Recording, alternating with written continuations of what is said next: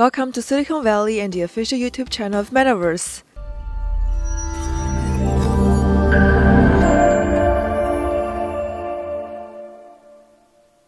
Silicon Valley is one of the highest earning area in the US and the absolute tech center of the world. How much do people in the Bay Area know about blockchain? Let's go find out. I have. Yeah, I think cryptocurrencies, I've heard about them for sure. What is that? Yeah. Yeah, I've heard of some. Yeah. Yeah. I don't know much about them though. I don't know what they are. I only know Bitcoin. I just know sometimes people use it like illegally and stuff. Yeah. I have, yes. That they're in a bubble and that, the prices recently have kind of collapsed, especially for a lot of the alternative currencies, if you will. I have some garlic coin as a joke, but other than that, I think it's worth like a fourth of a cent. No, I think the currency is too volatile. So, yeah. So. I'm not dealing in underworld business, therefore I don't need to engage in cryptocurrency. I don't know.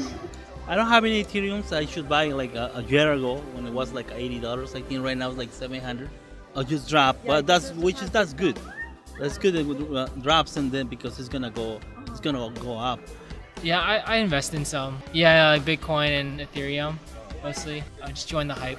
I'm a little more cautious and safe, so as long as I knew like I wouldn't lose a lot of money or it was relatively stable, I'd invest in it. If I did my research on it, then yeah, I'd be interested.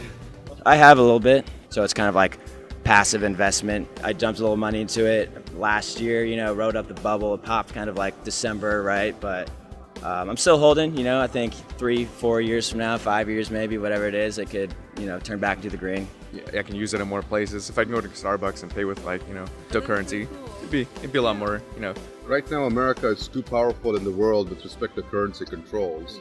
So I can easily imagine China and Russia and other countries ganging up to make the dollar kind of an alternate currency for the dollar to do trade in.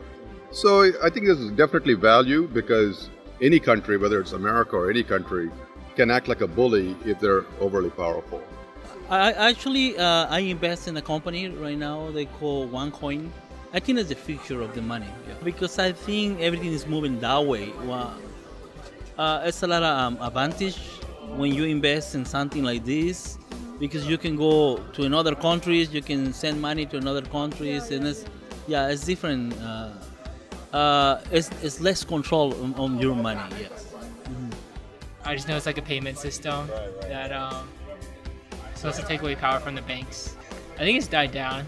I think it has a chance, but for me it's more of I don't really need the money right now, so I'm just gonna leave it there. People are investing in them a lot nowadays and that they're on the rise.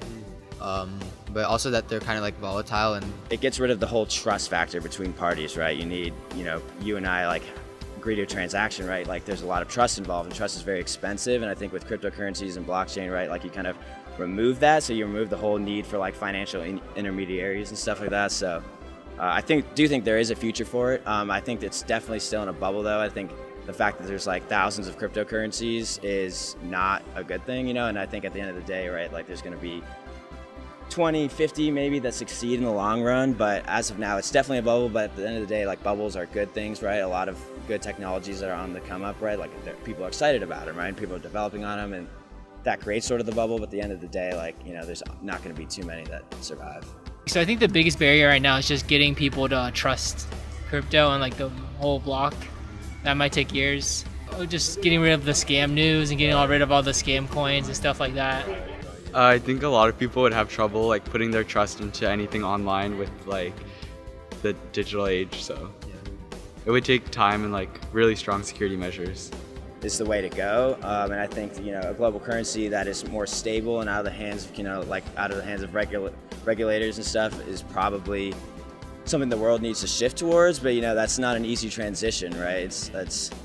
It's gonna require a big societal shift. Like how are you gonna convince someone who's an old businessman or person who's been around for a long time? Hey, like now we're just using these online currencies, right? Like if they don't understand the underlying technologies behind it, they're not gonna trust it, not gonna understand it, and like using wallets now, like they're kind of complicated. And if you mistype your wallet password or whatever it is, like you mistype it and all your funds are gone, like that's like really sketchy.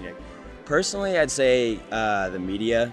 I think the media is just really manipulative, right? And I think it probably caused the spike. Like, you look on Facebook, right, and like it needs to be regulated more, but it shouldn't be over-regulated to the point where Facebook is coming out and saying we're blocking all kind of cryptocurrency advertisements. I think that's definitely the wrong way to go, because it definitely has value that can be created for society, but unfortunately, there's people that take advantage of the system, right? And they can pop up with their little cryptocurrency and like, oh, like so-and-so is up 50%, like, dump your money, and then all of a sudden it crashes, and whoever like was behind the whole deal is cashing out, and like no one knows who it was, and they're probably over in some country that you haven't even heard of, right? No one's gonna figure it out, and you just lost all your money. And I think that's the problem, right? Like, people don't trust it.